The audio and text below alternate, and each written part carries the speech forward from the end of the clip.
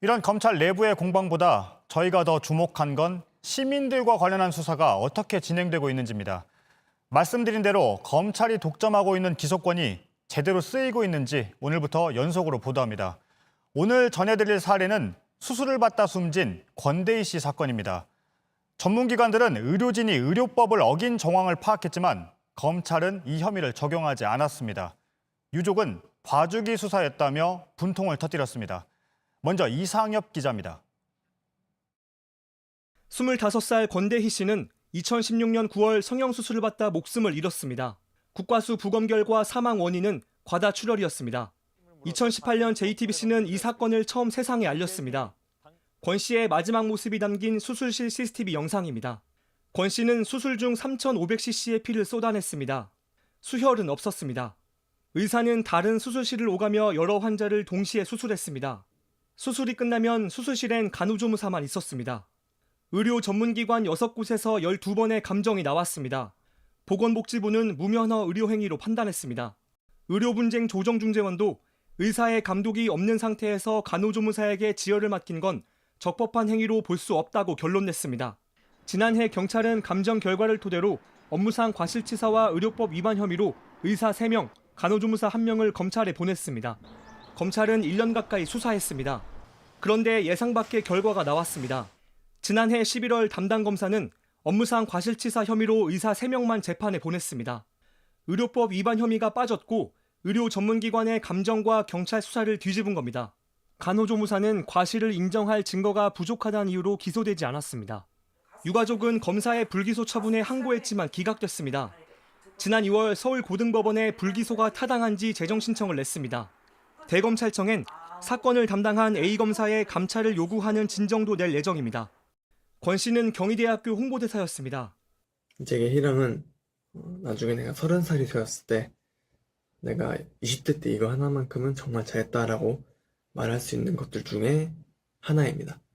수술실 CCTV 설치를 의무화하자는 법안이 20대 국회에서 발의됐다 폐기됐습니다. 그 안엔 권대희 이름 석자가 남았습니다. 내가 너 죽음 헛되지 않게 하겠다. 매일 내가 약속을 하면서 기도하면서 지한다. JTBC 이상엽입니다.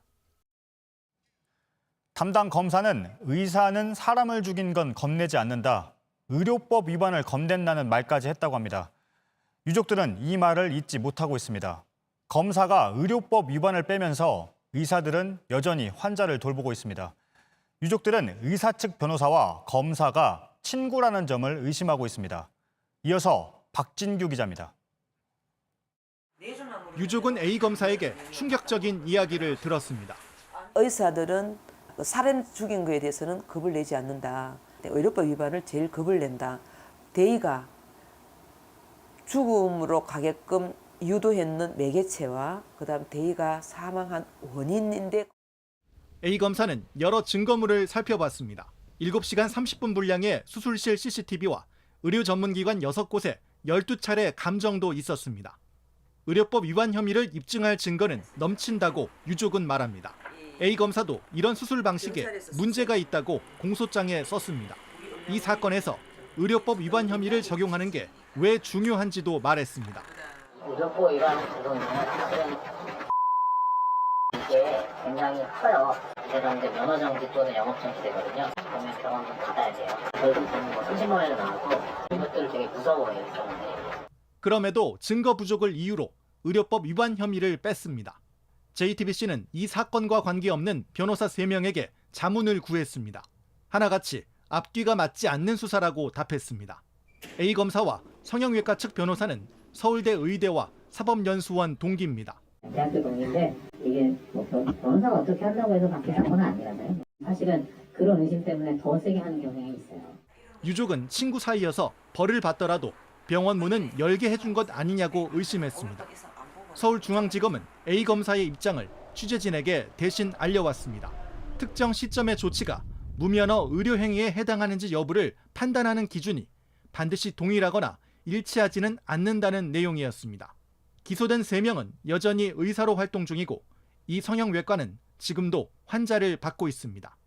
JTBC 박진규입니다.